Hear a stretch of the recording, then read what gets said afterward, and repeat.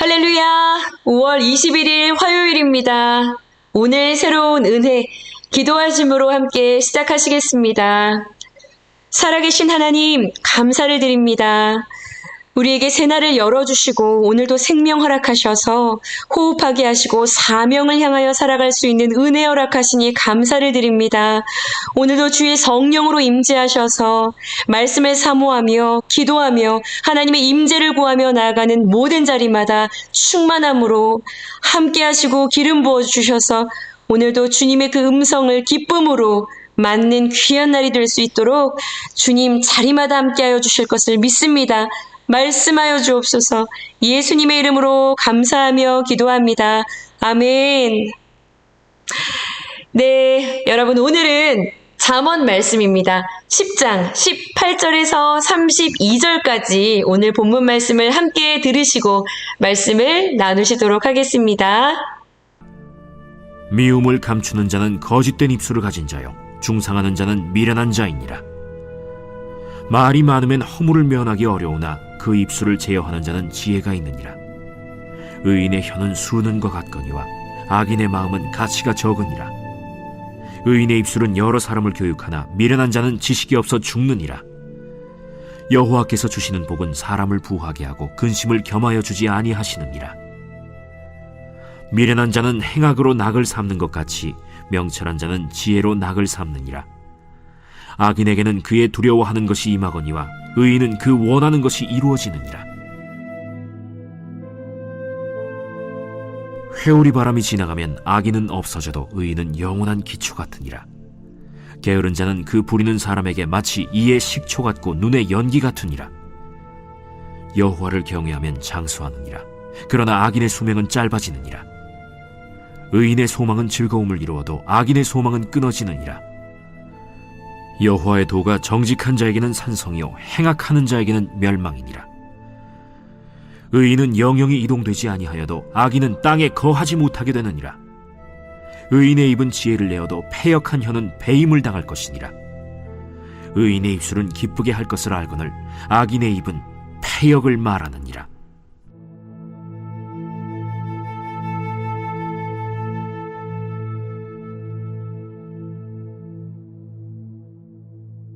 아멘.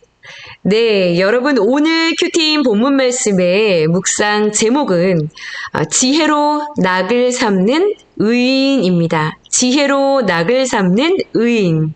네, 여러분들의 기쁨과 즐거움, 여러분들의 낙은 어디에 있으신가요? 여러분은 무엇을 할 때 가장 행복합니다 라고 고백하고 계신가요? 얼마 전에 어떤 공동체 안에서 제가 버킷리스트를 작성하는 그런 시간을 가졌습니다.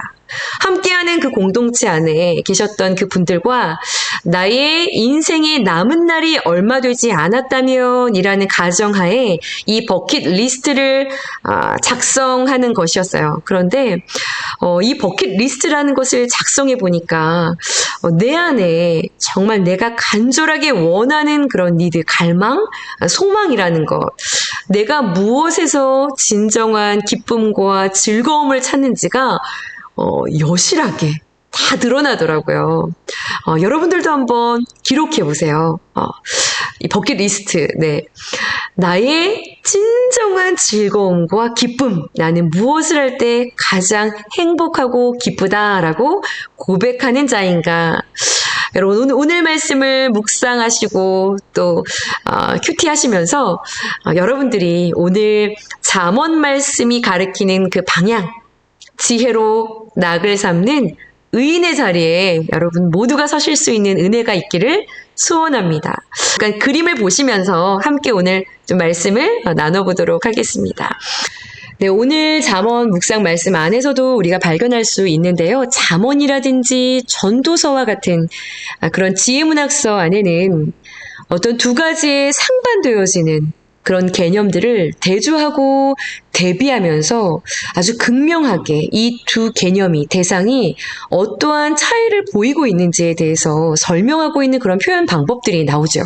오늘 본문 안에서도요, 두 종류의 사람에 대해서 아주 극명하게 대조하기 위해서 상반되어지는 그런 표현 방법들을 사용하고 있습니다. 여러분 18절 말씀을 보시면 먼저 어떤 사람에 대한 이야기를 하고 있나요?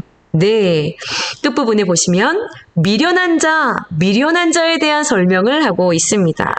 또요, 미련한 자와 아주 대조가 되는 그런 사람이 19절에 나와 있어요. 끝부분에 보시면 지혜가 있느니라, 지혜 있는 자. 네, 지혜 있는 자는 이런 사람이다.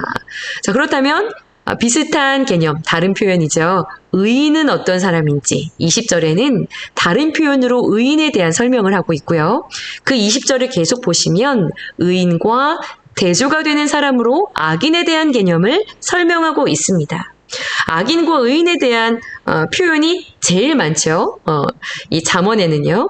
자, 그리고요. 또 어떤 표현들이 있나요? 네, 그렇습니다. 명철한 자요. 23절에 보시면 미련한 자와 대비가 되고 있는 명철한 자가 어떠한 사람인지에 대한 설명을 하고 있어요. 네. 그리고 또요. 네, 26절에 보시면 지혜 있는 자와 대비가 되는 사람으로 게으른 자가 어떠한 사람인지 그 특징을 이야기하고 있습니다. 자, 그리고요.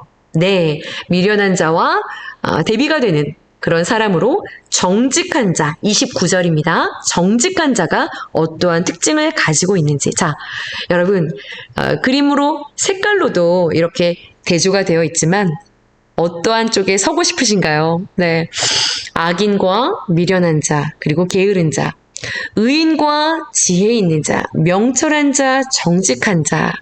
자, 오늘 본문 말씀에서는요, 이렇게 극명한 대조를 이루고 있는 이 두 부류의 사람들, 이들이 가지고 있는 첫 번째는요, 첫 번째 단락 안에 그들의 입술이 어떻게 다른지, 그들의 말은 어떠한 차이를 가지고 있는지에 대한 이야기들을 기록하고 있어요. 자, 두 번째 단락에서는요, 이 미련한 자와 지혜 있는 자, 그들의 즐거움이 어떻게 차이가 있는지, 그들은 어떠한 것에 소망을 두고 있는지, 자, 그것이 두 번째 단락에 기록되어 있습니다. 자, 그렇다면 두 번째 단락과 세 번째 단락에는요, 이러한 미련한 자와 지혜가 있는 자, 그들의 그들의 결말이 어떻게 차이가 나는지에 대한 이야기를 하고 있습니다. 먼저 그러면 우리가 살펴볼 것은요. 첫 번째 단락에서 이야기하고 있는 미련한 자와 그리고 지혜로운 자, 그들의 입술과 그들의 말이 어떻게 차이가 나는지, 네, 첫 번째 단락을 좀 말씀을 보시면 18절에 보시면 여러분 미련한 자의 가장 첫 번째 그들이 가지고 있는 말의 특징은요. 진실함이 없다는 것입니다. 여러분 요한복음 8장에 보시면 악인들은요. 거짓을 사탄이 아비가 된 그런 세상에 속한 그런 사람들의 입술의 말의 특징은 거짓을 너무나 자연스럽게 제 것인 것처럼 말하는 자다라고 말씀을 하고 계시거든요. 오늘 18절에도요. 내 안에는 미움이 있는데 이 미움을 너무나 잘 포장한다는 거예요. 내 안에 만족이 없는데, 내 안에 즐겁지 않은데 즐거운 것처럼, 만족이 있는 것처럼, 괜찮은 것처럼 포장된 진실함 없는 그런 거짓된 말이 너무나 자연스럽게 나온다는 것이죠. 자, 미련한 자의 입술에 또한 두 번째 특징이요. 바로 18절에 계속되고 있어요. 중상하는 말. 여러분 오늘 큐티인 본문 말씀 밑에 보시면 도움말에 이 중상하는 말이 어떠한 말인지를 기록하고 있어요. 근거가 없어요. 내가 들은 말이 아니에요. 추측일 수도 있어요. 그런데 근거 없는 그 말을 가지고 내가 아닌 상대방에 대해서 어떤 누군가에 대해서 헐뜯어서 그를 손상시키는 그런 말들을 즐겨하는 겁니다. 중상모략이라고 하죠.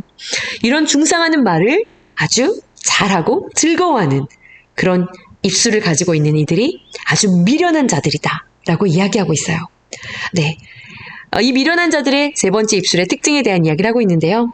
19절입니다. 그들은 말이 아주 많다고 해요. 의미가 없는, 아주 무의미한, 수다한 말들이요. 많은 말들을 하는데 영양가가 없는 그런 말들이 끊이지 않고 계속된다고 합니다. 자, 그렇다면 여러분 지혜로운 자, 그들은 어떠한 입술의 특징을 가지고 있을까요? 여러분 19절 뒷부분에 보시면 그렇습니다. 수다한 말과 너무나 극명하게 대조가 되는 그들은 때를 살피죠. 할 말과 하지 않아야 할 말을 잘 알고 있어요. 그래서 자신의 입술을 제어하는 자들이다 라고 합니다. 이 말을 이 상황과 이때 할 수 있는 말인지 이것을 이때가 아닌 다음에 하는지 그 때와 장소를 살피고요.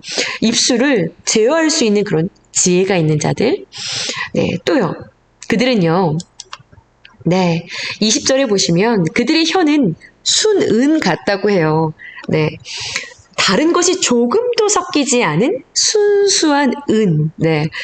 그들의 입술의 말은요, 어떤 동기, 어떤 악한 의도, 어떤 이런 것들이 섞여 있지 않은 그냥 그 마음 그대로 순전함과 정직함, 정결함, 깨끗함, 그 마음 그대로를 표현하는, 그러한 말을 가지고 있다고 합니다.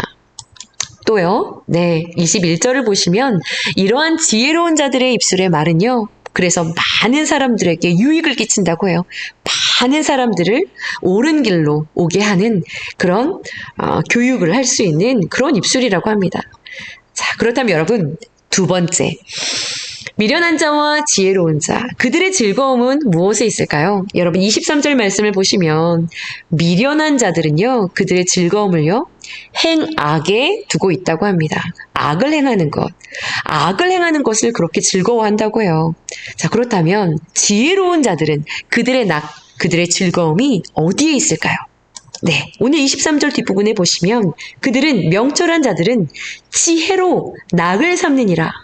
자, 그렇다면 지혜로 낙을 삼는다? 이게 도대체 어떠한 개념인지, 이 지혜가 도대체 무엇인데 그것을 즐거움으로 삼는다는 것일까? 악을 행하는 것이 기쁠까?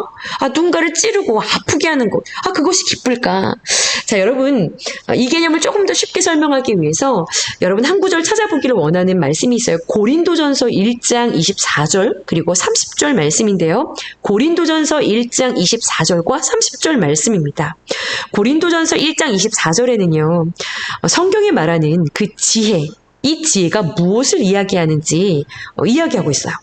오직 부르심을 받은 자들에게는 유대인이나 헬라인이나 그리스도는 하나님의 능력이요 하나님의 지혜니라. 여러분 지혜가 무엇이라고 이야기하고 있나요? 그리스도. 예수님이 지혜이다 라고 이야기하고 있어요.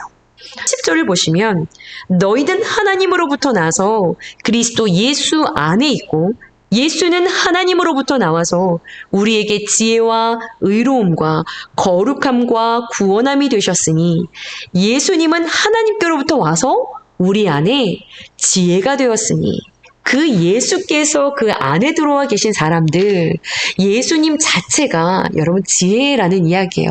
조금 더 쉽게 말하면 예수님의 말씀을 듣는 것, 어떤 예수님에 대한 이야기를 하는 것, 예수님과 관련된 그 일들을 하는 것, 예수님께서 허락하신 그 사명의 일들을 생각하고 기억하고 행하고 따라가는 것.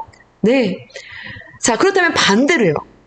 반대로 그것과는 전혀 상반된 방향을 향해 나아가는 모든 행위들이요. 육신의 정욕과 안목의 정욕과 이생의 자랑으로 점철되어 있는 나 중심적인 사고방식과 그러한 모든 행위를 가지고 생각하고 말하고 행동하고 그것들을 추구하는 모든 삶, 이것을 여러분 행악이라고 이야기합니다.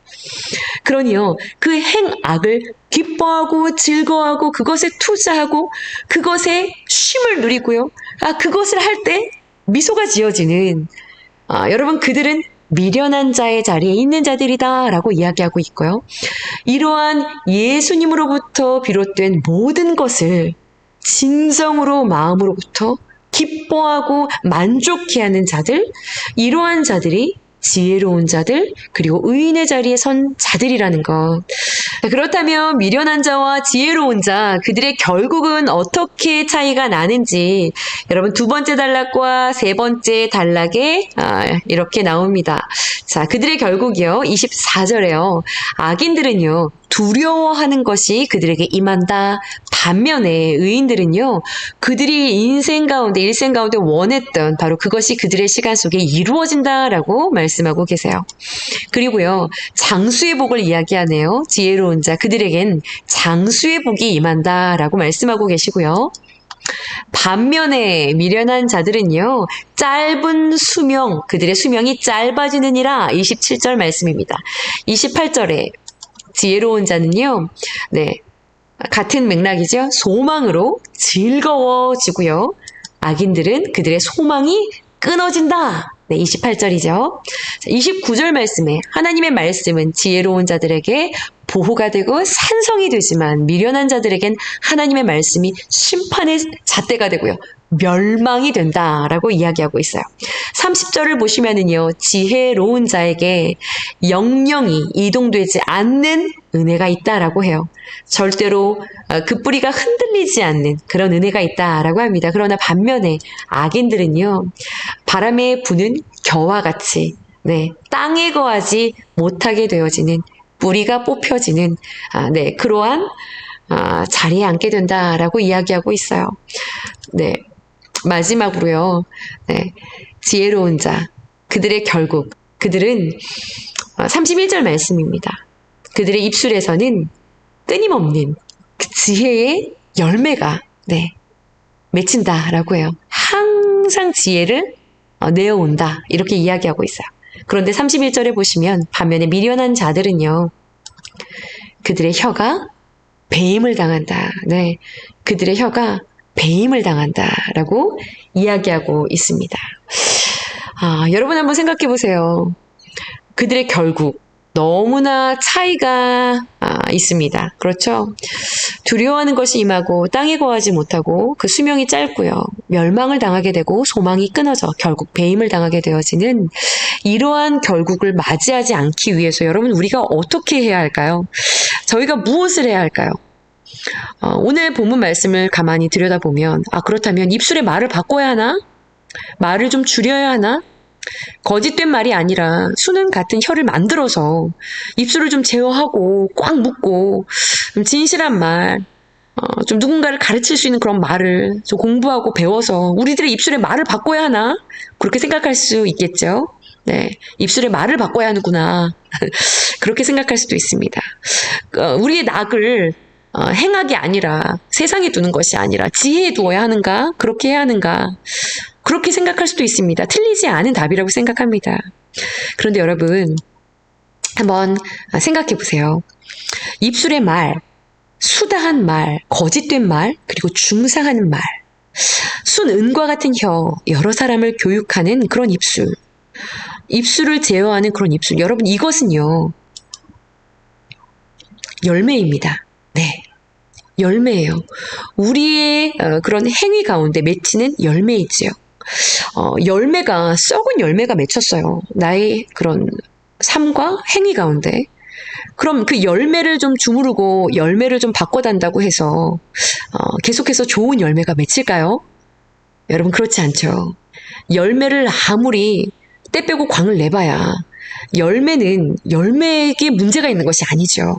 열매를 무언가 새롭게 한다고 본질적인 어떤 그런 근원적인 문제가 해결이 되는 것이 아니기 때문에 새로워질 것이 없는 것인 것이죠.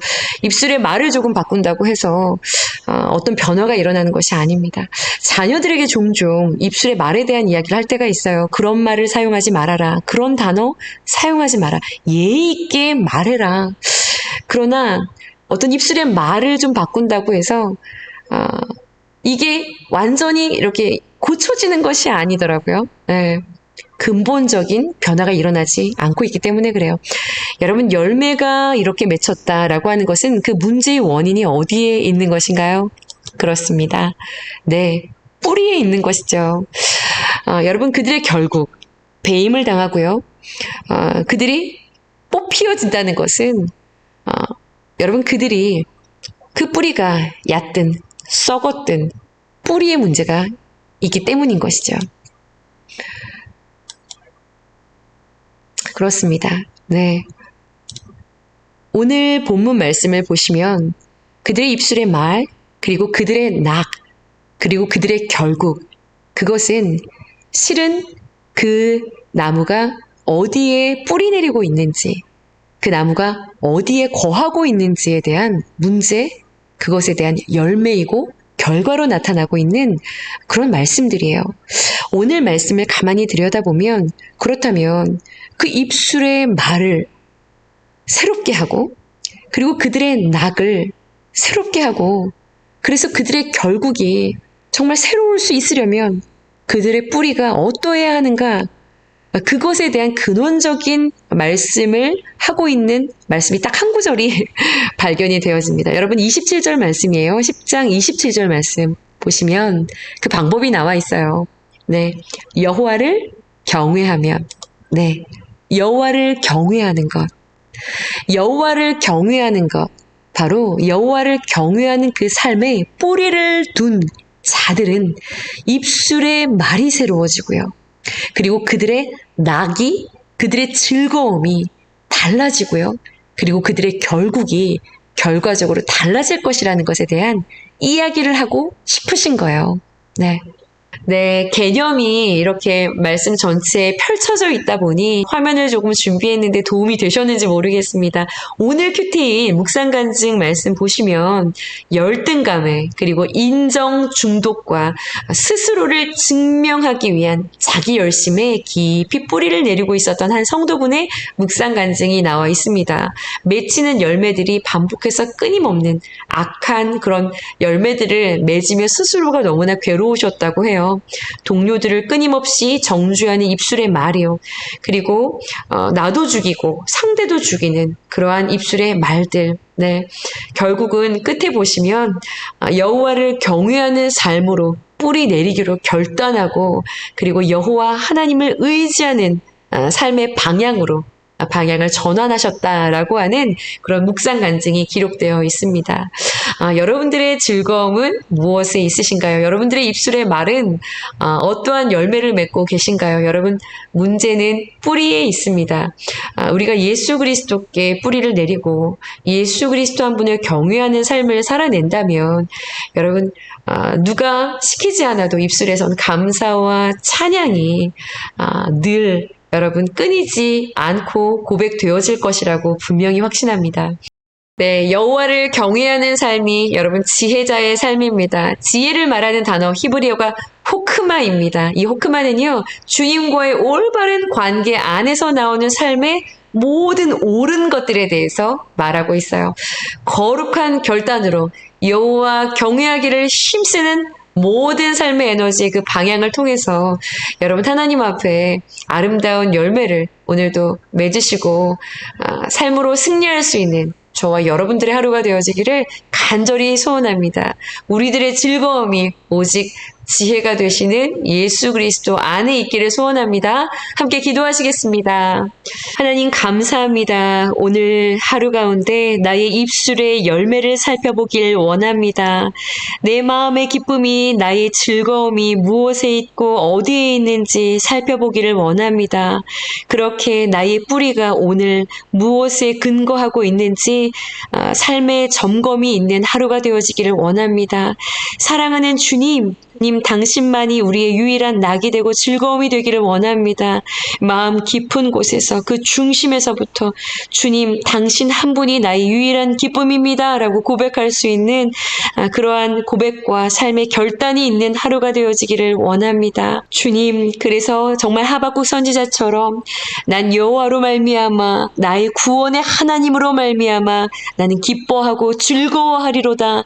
기뻐 뛰며 어떠한 상황 가운데서도 그 주님 한 분으로 만족하며 기뻐하며 즐거워할 수 있는 감사와 기쁨이 충만한 성령 충만한 하루가 될 수 있도록 축복하여 주시옵소서. 사랑하는 주 예수님의 이름으로 감사하며 기도드렸사옵나이다. 아멘.